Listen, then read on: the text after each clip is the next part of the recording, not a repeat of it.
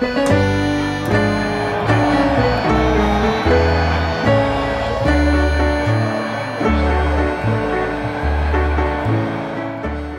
chers amis, bonjour et bienvenue dans cette introduction pour les guidances du mois de juin 2024.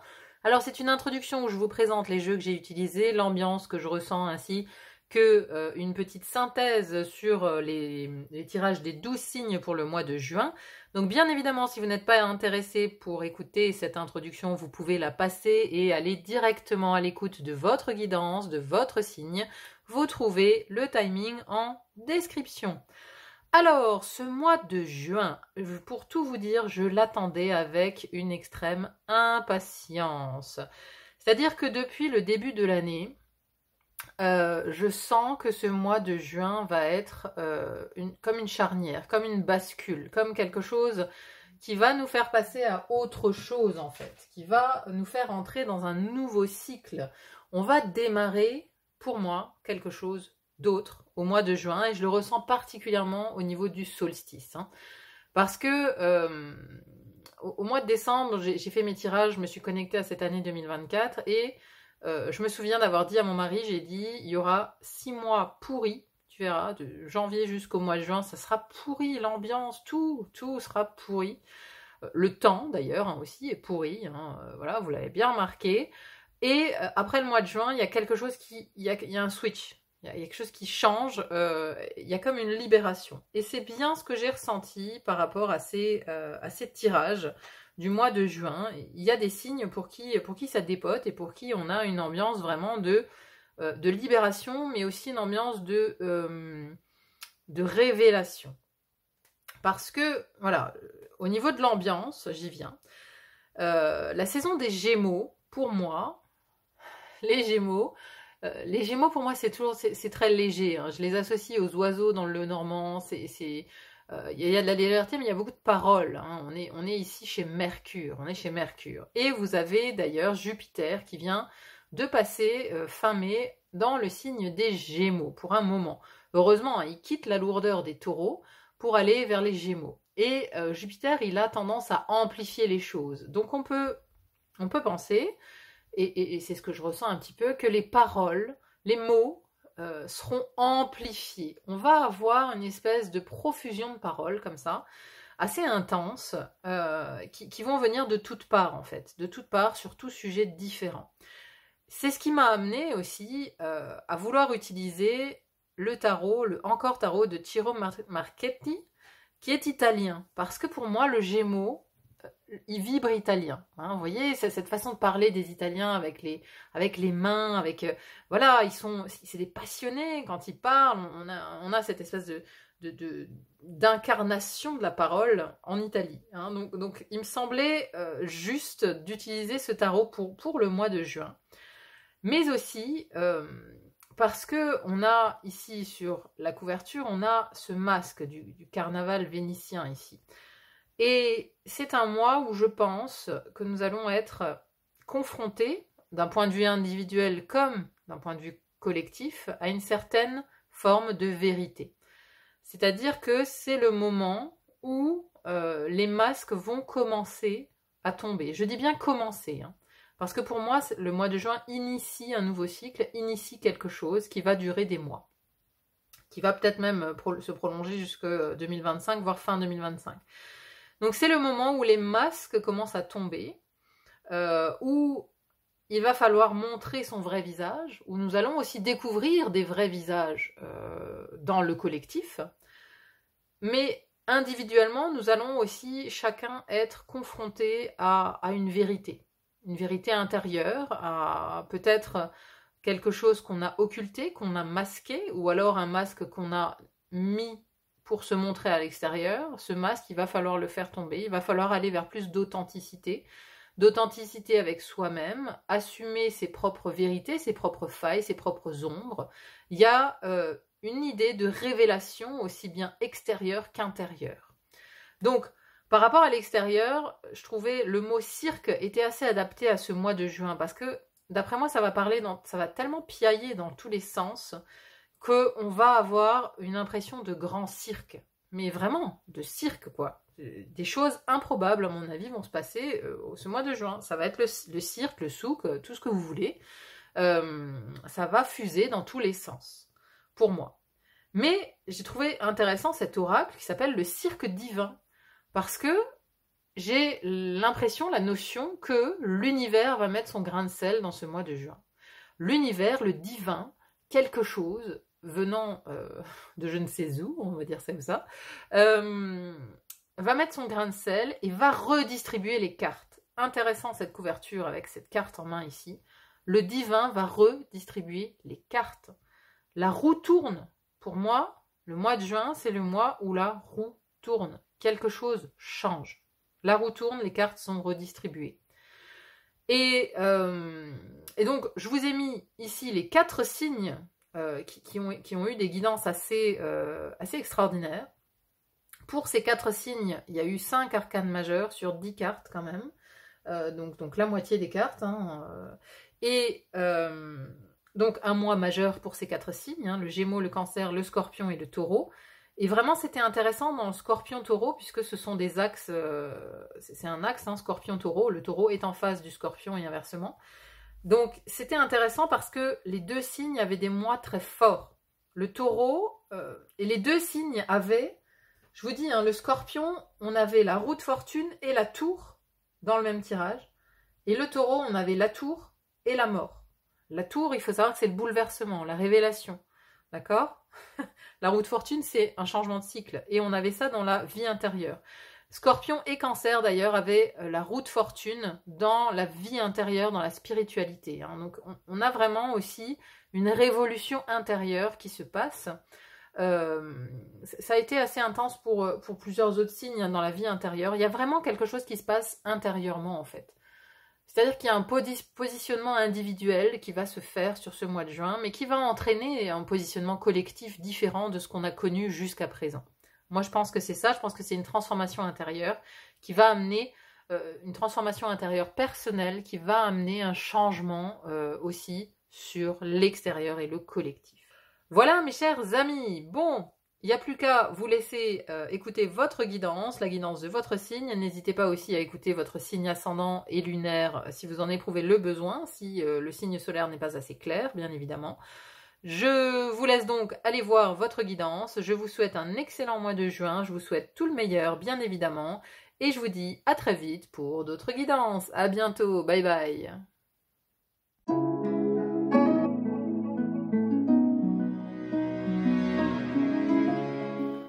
Mes chers Sagittaires, bonjour et bienvenue dans votre guidance pour ce mois de juin 2024.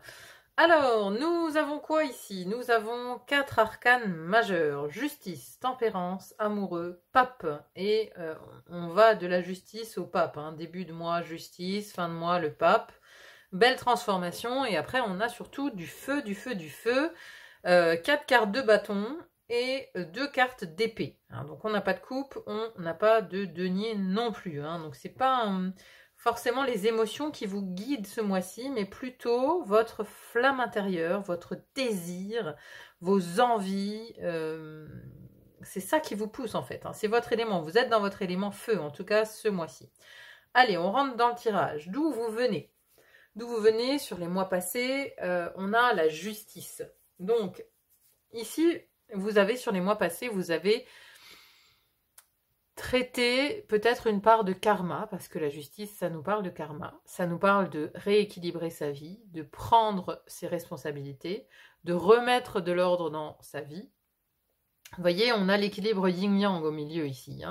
Donc, ici, vous venez quand même d'une période où vous avez fait le ménage. Vous avez fait le ménage dans votre vie, vous avez remis de l'ordre, vous avez vraiment peut-être aussi clôturé une part de karma, tout simplement. Vous avez achevé.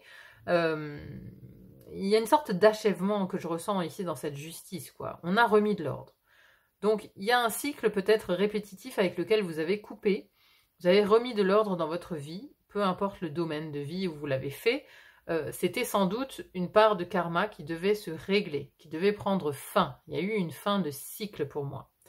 Et là, on est vraiment dans le nouveau cycle des nouvelles envies, quelque part. Alors, quelles sont ces nouvelles envies?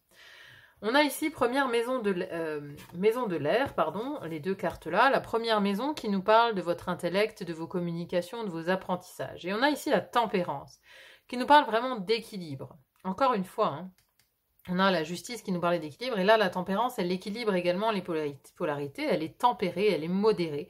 Donc, dans la parole, ce que ça va donner, c'est que votre parole, elle est tempérée, elle est modérée. Hein. Vous êtes équilibré dans vos dires, vous vous adressez aux autres de manière équilibrée, de manière mesurée, vous ne vous emportez pas. Vous dites ce que vous pensez et en même temps vous ne vous emportez pas. Hein. Il n'y a pas de retenue de votre part. La tempérance, justement, elle est dans le fait d'être tempéré. C'est vraiment sa marque de fabrique. Donc ça, c'est pour la communication. Dans sa pensée, on est également très équilibré. On est relié à la fois au ciel et à la terre, c'est-à-dire qu'on sait recevoir la guidance divine et on sait la manifester sur terre. Vous voyez, on arrive en fait à faire cette boucle ici, à recevoir dans son chakra couronne et à le manifester sur les racines, sur la terre. Hein. On arrive à être ce canal, on arrive à être cet ange de la tempérance qui arrive justement à faire le lien entre terre et ciel. Donc là, l'intellect se porte bien, on est équilibré dans sa tête. Le mental n'est ni trop ni trop peu, on est équilibré. À côté de ça, dans la deuxième maison de l'air qui nous parle de vos relations aux autres, associations et contrats, on a ici un 4 de bâton. Un 4 de bâton, c'est la carte de l'engagement. On a envie de se lier aux autres, on a envie de se relier. Alors, se relier à un groupe, à une communauté, à peut-être plusieurs personnes, à une famille, une sorte de famille. Hein. Ça peut aussi être des amis, hein. Ça peut être un groupe d'amis auquel on a envie de se relier. Ou on a envie de se relier peut-être aussi à sa famille d'origine, à aller vers plus de liens, plus de concorde, en tout cas, avec sa famille d'origine. Ou alors, voilà, on se trouve une communauté, on se trouve un groupe d'amis avec qui se lier. En tout cas, il y a de l'engagement. On s'engage vis-à-vis de certaines personnes ce mois de juin. On s'engage pour des affaires, peut-être, hein, parce qu'on voit que dans le domaine professionnel, vous êtes aux manettes pour les affaires. Ou alors, on s'engage pour un projet futur, parce que là, il y a l'amoureux qui nous parle de faire un choix pour des projets de vie. Donc, on s'engage peut-être à plusieurs pour un nouveau projet, pour quelque chose qui concerne l'avenir. Hein, il y a cette idée-là. Ensuite, ici, dans les maisons de l'eau, première maison de l'eau qui nous parle de votre vie intérieure, de votre spiritualité, de votre philosophie de vie, on a le valet de bâton. Ici, il y a une nouvelle énergie, un nouveau désir qui vient de l'intérieur, c'est la flamme. Hein. Cette nouvelle flamme qui s'allume après avoir fait le ménage ici, après avoir clôturé un cycle, après vous êtes débarrassé d'une part de karma, j'ai envie de dire. Ici, on a maintenant dans votre vie intérieure, on a cette nouvelle flamme. On a une nouvelle voie qui se dessine, de nouvelles envies, des envies de passer à autre chose peut-être. Mais ici, vous êtes guidé par un nouveau feu intérieur, en tout cas, dans votre philosophie de vie. Il y a quelque chose que vous voulez faire voilà, autrement. Il y a une énergie assez jeune dans votre intériorité. Hein. C'est comme si on recommençait quelque chose par rapport justement à sa manière de vivre, à sa façon de penser. On redevient un peu comme un enfant, quoi. On redevient un peu comme un enfant avec une énergie très jeune, très dynamique, avec de nouveaux désirs, de nouvelles envies, qui ne sont pas encore maîtrisées, hein, mais on a envie de tester peut-être d'autres choses dans sa vie intérieure. À côté de ça, dans la vie émotionnelle, la maison des émotions, de la vie sentimentale, du foyer, de votre intimité, on a la 9 d'épée. Alors ici, c'est un peu plus compliqué, c'est quand même la carte du stress. Hein. On a une idée de se faire du souci, d'être inquiet, peut-être pour un proche, pour son partenaire, pour quelqu'un qui fait partie de son foyer, de son intimité. Voilà, il y a une... On est stressé, on pense, il y a des pensées répétitives par rapport à quelqu'un, peut-être par rapport à quelqu'un du passé. On a cette personne-là qui est derrière un peu effacée. Peut-être donc des pensées redondantes par rapport à une personne du passé liée au cœur qui vient encore vous enquiquiner un petit peu hein, ce mois-ci. Mais bon, j'ai envie de dire rien de grave par rapport à tout le reste. C'est vraiment le seul bémol de votre tirage ici, c'est ce 9 d'épée. Il y a une inquiétude, il y a un stress, il y a quelque chose dans votre intimité, dans vos émotions qui vous angoisse un petit peu. Donc là, c'est à vous de voir un petit peu comment ça résonne. Ensuite, dans la maison du feu ici, première maison du feu qui nous parle de votre énergie, vos actions, votre personnalité vue de l'extérieur. Et ici, on a un 6 d'épée. Donc ici, toute votre énergie, elle est dirigée à aller de l'avant, à partir, à avancer, à aller à un autre stade de votre vie, à aller d'une rive à l'autre, à quitter quelque chose. Peut-être quelque chose qui a été conflictuel, parce que le 5 d'épée, c'est du conflit, c'est de la dispute. Donc ici, on veut avancer, on veut passer à autre chose. Il y a vraiment cette idée d'être concentré de toute votre énergie à vouloir passer à autre chose. Peut-être à rencontrer de nouvelles personnes, à vous engager avec de nouvelles relations, hein, à faire de nouvelles rencontres ici, hein, ce 4 de bâton, c'est ça, on veut s'engager avec des personnes. Il y a aussi un côté de célébration hein, dans ce 4 de bâton, on célèbre quelque chose avec des amis, avec de la famille. On a envie de passer à autre chose, et surtout on veut être dans la joie. Vous voyez, c'est pour ça que je disais, ça contraste ici, ce 9 d'épée contraste avec tout le reste de votre tirage, parce que vous êtes plutôt dans une énergie de feu, une énergie de désir, de plaisir, de création, justement, une énergie où vous voulez avancer. Il y a vraiment cette idée de « je veux avancer ». Et votre énergie, elle est vraiment dirigée vers ça ce mois-ci. Alors, à côté de ça, on a l'amoureux. Une carte de l'amoureux qui est dans la maison de vos projets, vos créations, vos visions d'avenir également. Hein. Ça peut aussi me parler de voyage. Hein. Donc, il y a peut-être ici un voyage qui vous tient à cœur ce mois-ci, parce que l'amoureux, c'est la passion, c'est la voix du cœur, mais c'est aussi la carte de la décision et du choix. Donc ici, ici, je vois plus le côté passionné. Il y a un projet qui vous passionne, une création qui vous passionne, une nouvelle créativité passionnante. Il y a quelque chose, un nouveau feu, pour moi, un nouveau feu, une nouvelle passion pour... alors peut-être pour un projet peut-être que vous faites avec, ici avec plusieurs personnes avec qui vous vous engagez. Vous célébrez peut-être le fait de vous engager avec d'autres personnes pour la réalisation d'un projet ou la réalisation d'un voyage. C'est possible aussi, avec l'amoureux. Mais en tout cas, voilà, l'amoureux, c'est vraiment le feu intérieur, la voix du cœur, ici, sur laquelle vous êtes pour un projet, une création, quelque chose qui se joue dans votre avenir, sur lequel vous travaillez et sur lequel votre cœur est mobilisé ici. Donc très très belle carte et à mon avis très importante hein, pour vous ici, cette carte de l'amoureux, dans vos créations. Parce qu'on voit que voilà, tout votre pouvoir créatif, créateur, est à l'action pour votre avenir, pour aller sur la voie du cœur, pour aller sur la voie de ce qui vous passionne. Ensuite, nous avons ici dans l'élémentaire, première maison de la Terre, qui nous parle des finances et des possessions matérielles, on a le cavalier de bâton. Ici, beaucoup d'action, beaucoup de fougue, beaucoup de décisions, d'aventures, de nouvelles aventures, peut-être par rapport à justement au fait d'augmenter ses finances, hein, ou peut-être des nouveaux investissements également. En tout cas, il y a une énergie ici dans vos finances. Alors peut-être ça implique peut-être des dépenses aussi, hein, parce qu'il y a une énergie qui circule avec ce cavalier de bâton. Il y a une espèce de fougue. Hein.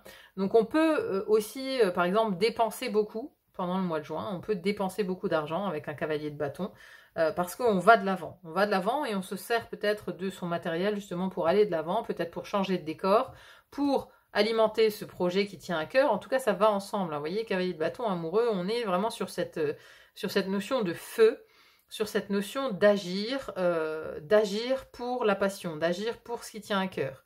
Et avec ce roi de bâton à côté, bon, bah voilà, le roi de bâton dans la vie professionnelle ou quotidienne, c'est-à-dire si vous n'avez pas d'emploi, que vous êtes retraité ou au chômage, ça nous parle de vie quotidienne. Mais donc, vie professionnelle ou vie quotidienne, un roi de bâton, ici, on est encore sur le feu. Et le roi de bâton, c'est l'entrepreneur, c'est celui qui est doué pour les affaires, qui sait s'exprimer, qui sait vendre, qui sait amener vraiment, qui a cette position de patron. Hein. On a une position de chef ici, on a une position haute dans la hiérarchie, on entreprend beaucoup de choses ici dans sa vie professionnelle. On est en tout cas à la manœuvre et on est en pleine action.